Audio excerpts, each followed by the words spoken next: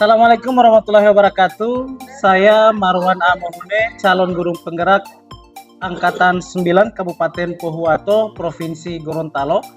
Dalam video kali ini saya akan membuat sebuah praktik coaching supervisi akademik bersama rekan saya yang sebentar lagi saya akan mewawancarai beliau melakukan tahap pra-observasi sebelum ke tahap observasi untuk coaching supervisi akademik.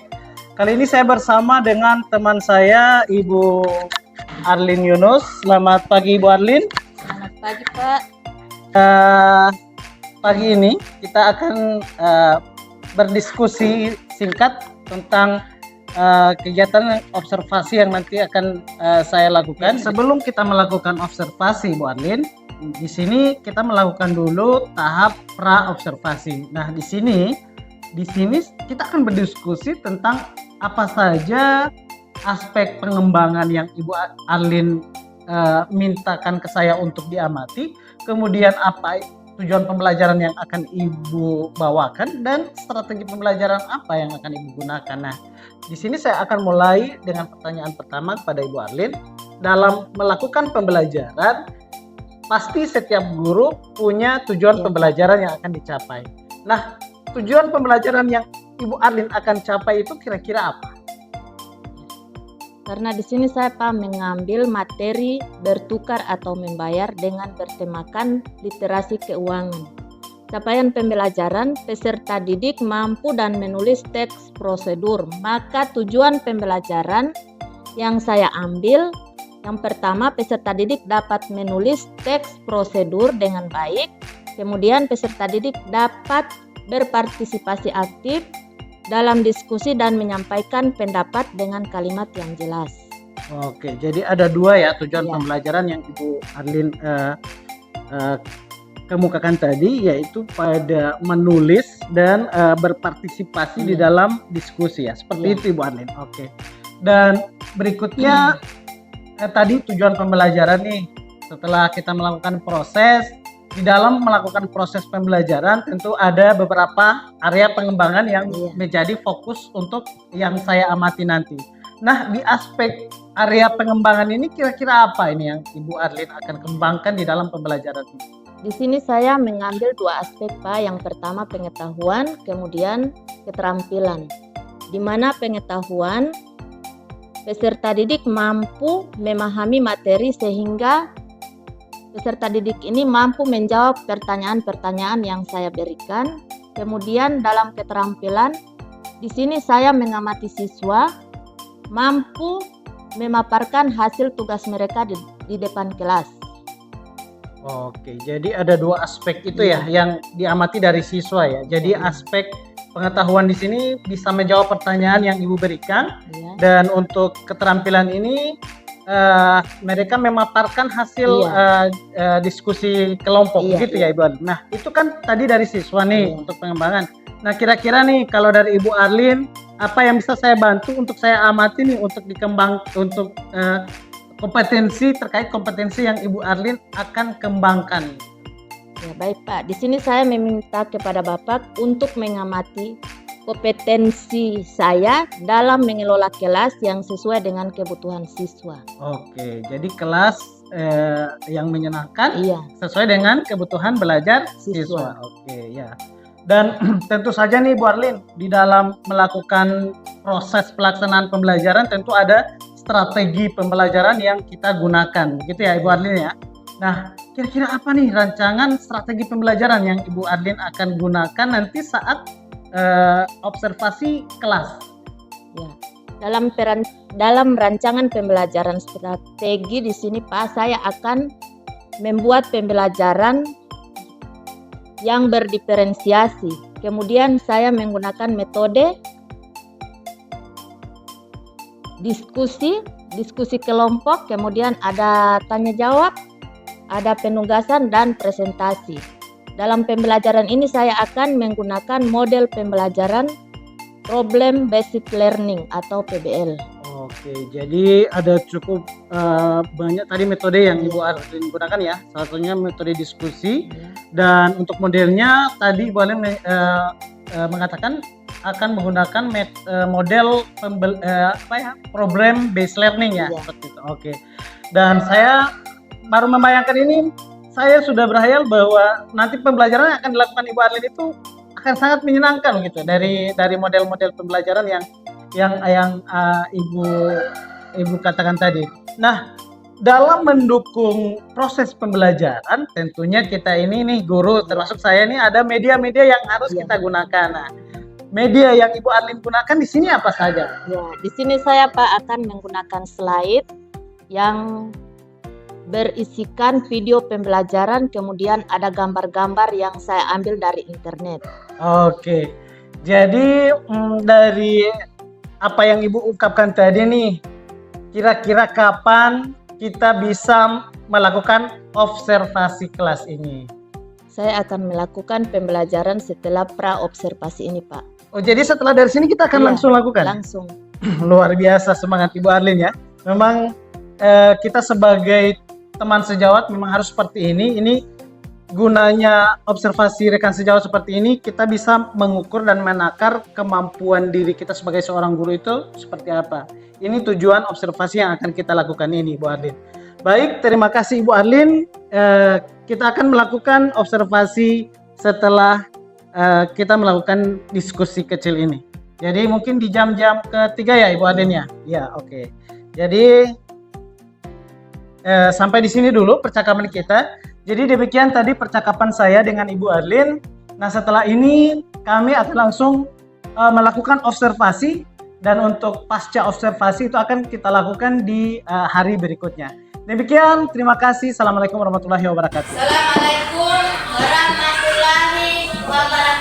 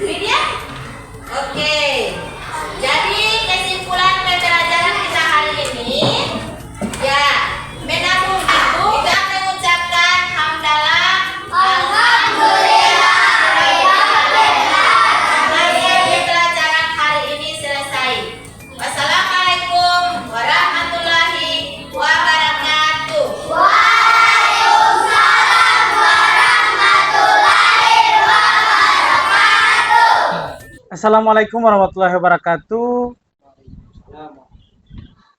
Ya, hari ini saya akan melakukan percakapan pasca observasi yang didampingi oleh pengajar praktik saya, yang saya hormati Bapak Haris Saleh, SPD, selaku pengajar praktik saya. Selamat pagi, Pak. Pagi.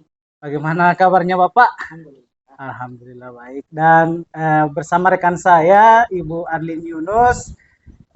Apa kabar Ibu Arlin? Alhamdulillah baik Pak. Ya, alhamdulillah juga. Hari ini kita akan mengambil sedikit kesempatan untuk bisa melakukan percakapan pasca observasi setelah observasi yang kita lakukan kemarin. Saya mulai Pak ya untuk.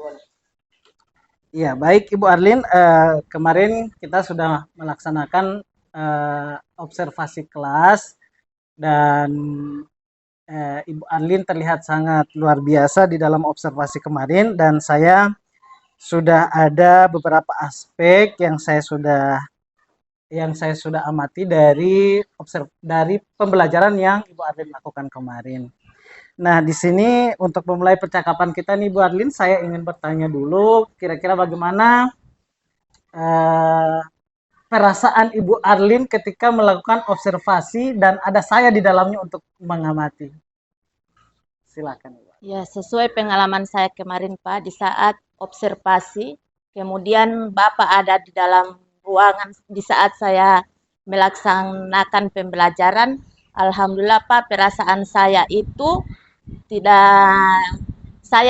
saya merasa tidak gugup, bahkan saya di situ merasa senang karena ada salah satu seorang guru saya yang bisa menilai saya saat pembelajaran. Iya, oke. Jadi tidak ada gugup ya Ibu Arlin ya, karena memang ya kita sudah melakukan pra observasi ya. Jadi ya, ada tentu Ibu Arlin sudah melakukan persiapan untuk melakukan observasi tersebut. Begitu ya Ibu Arlin ya. Iya. Nah, berikut kira-kira bagaimana pendapat Ibu Arlin tentang pembelajaran yang Ibu Arlin lakukan? Apakah aspek pengembangan itu Ibu Arlin ada tercapai di dalam pembelajaran itu atau bagaimana? Kira-kira menurut Ibu Arlin dulu nih, saya mau dengar. Ya, alhamdulillah Pak, di saat saya melakukan proses pembelajaran itu, alhamdulillah, menurut saya ini Pak, Ya. menurut saya proses pembelajaran saat itu berhasil Pak, karena saya memberikan pembelajaran itu secara berdiferensiasi sehingga anak-anak mampu menerima pelajaran yang saya berikan sehingga mereka antusias di dalam mengerjakan tugas seperti itu Pak. Iya. Dan saya mengakui itu karena saya juga melihat langsung apa yang Ibu Arlin lakukan tadi. Berikutnya Ibu Arlin terkait dengan aspek pengembangan tadi kan, di sini saya mencatat aspek pengembangan yang Ibu Arlin katakan di pra observasi kemarin, ada kognitif itu, kemudian keterampilan, kemudian pembelajaran berdiferensiasi yang tadi Ibu Arlin bilang, kemudian pengelolaan kelas. Nah, ini kalau dari segi kognitif dan keterampilan anak-anak, kira-kira Ibu Arlin katakan berhasil atau tidak di saat pembelajaran kemarin? Ya, kalau menurut saya berhasil Pak, karena di saat itu anak-anak saya berikan tugas, kemudian setelah mereka mengerjakan tugas, untuk keterampilan mereka Pak, di situ saya menilai setelah melakukan tugas ini mereka setiap kelompok dapat memaparkan di depan kelas. Alhamdulillah dari beberapa kelompok itu semua mampu mempresentasikan tugas mereka Pak. Iya, sesuai dengan catatan pengamatan juga seperti itu Bu, saya mengamatinya. Karena di sini juga keterampilan Ibu lebih berfokus pada keterampilan siswa dalam mempresentasikan hasil diskusi kelompok ya. Ini juga saya sudah sudah catat. Nah, dan terkait strategi pembelajaran yang Ibu katakan tadi kan ada strategi pembelajaran berdiferensiasi ini. Menurut pendapat Ibu Arlin, diferensiasi ini kan ada 3 diferensiasi, diferensiasi konten, diferensiasi produk, dan diferensiasi proses. Nah, di salah satu strategi ini Ibu Arlin di pembelajaran itu, menurut Ibu Arlin apa yang Ibu Arlin terapkan di situ? Ya, di situ saya Pak mengambil proses. Iya. Karena sebelum saya melakukan pembelajaran itu saya memfasilitasi di saat saya akan memaparkan pembelajaran ini saya awalnya sudah mempersiapkan modul ajar dulu Pak. Kemudian saya menggunakan video pembelajaran yang saya tuangkan lewat slide. Oke, jadi itu ya berarti diferensiasi proses. Proses. Tapi mungkin Ibu Arlin bisa, saya bisa memberikan pendapat kepada Ibu Arlin, maksudnya mendengarkan hasil pengamatan saya terhadap Ibu Arlin. Iya Pak, saya dengan senang hati. Ya, jadi tadi Ibu Arlin tentang strategi, Ibu Arlin memang terlihat sekali di situ, tapi mungkin di situ dia lebih ke diferensiasi kontennya, karena Ibu Arlin tadi menyediakan konten video ada, konten bacaan ada, kan bacaan Ibu Arlin bagi ke iya, ke Pak, kelompok-kelompok iya, kan, iya. kemudian selain bacaan Ibu Arlin juga ada tampilkan Di video, slide, iya. video seperti itu. Nah, saya lanjutkan Ibu Arlin pertanyaan saya, kira-kira ada tidak yang masih kurang di dalam pembelajaran Ibu Arlin itu? Menurut Ibu Arlin sendiri ya, kira-kira ada yang masih kurang atau yang mesti diperbaiki seperti itu? Silakan Ibu. Iya, menurut saya Pak, kalau kekurangan saya memang saya merasakan dari kemarin-kemarin saya masih banyak kekurangan, terutama Pak itu di mengenai pembelajaran itu yang mana menentukan konten, proses apa itu Pak, di situ saya belum terlalu paham. Ya, ada yang lain lagi kira-kira yang perlu ditingkatkan begitu?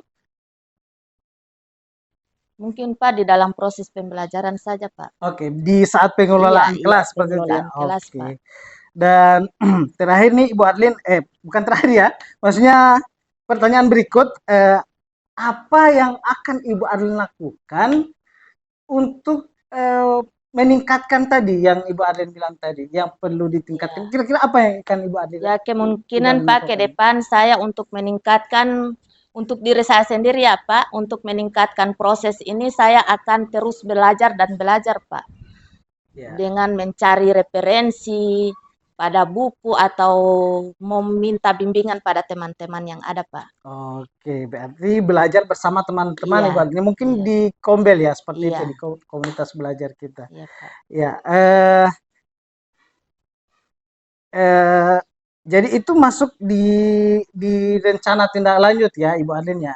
Yang tadi Ibu Arlin lakukan itu, jadi untuk meningkatkan kompetensi yang tadi Ibu Arlin bilang, Ibu Arlin akan mencari referensi-referensi dan Pak.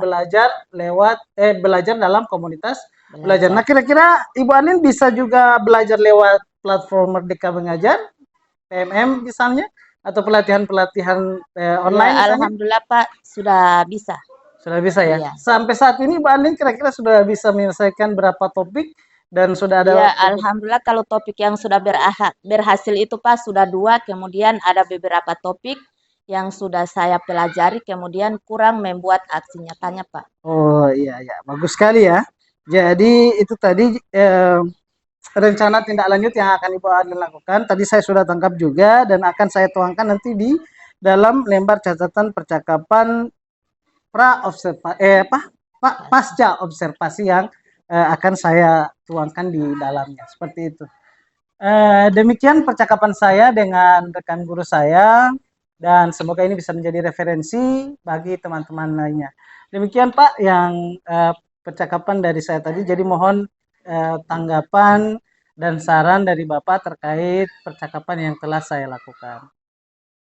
Silakan Pak. Oke, terima kasih. Oke, di bagian pasca itu kan kita dinilai ada 4 kriteria. Dimulai dari kurang, cukup, baik, kemudian sangat baik. Nah, untuk sebentar saya akan nonton melalui video yang nanti Bapak akan perlihatkan dengan saat observasi. Nah, untuk pasca Pak, saya lihat untuk mulai dari tahapan-tahapannya, mulai dari menanyakan apa yang sudah dilakukan saat mengajar, kemudian menyampaikan catatan hasil observasinya Bapak, itu Bapak sudah lakukan. kemudian yang terakhir adalah menanyakan apalagi yang ingin dikembangkan. Jadi 3 item ini kayaknya sudah Bapak penuhi, tapi kan sekali lagi ada kriteria-kriteria pemilihan, mulai dari kurang, kemudian ada yang baik, ada yang sangat baik. Nanti akan saya sampaikan sebentar. Oke, cuman untuk ketiga item itu sudah terpenuhi ketiga-tiganya. Demikian percakapan pasca observasi saya, dan semoga bisa menjadi inspirasi dan referensi buat teman-teman calon guru penggerak lainnya. Demikian, assalamualaikum warahmatullahi wabarakatuh. Wah.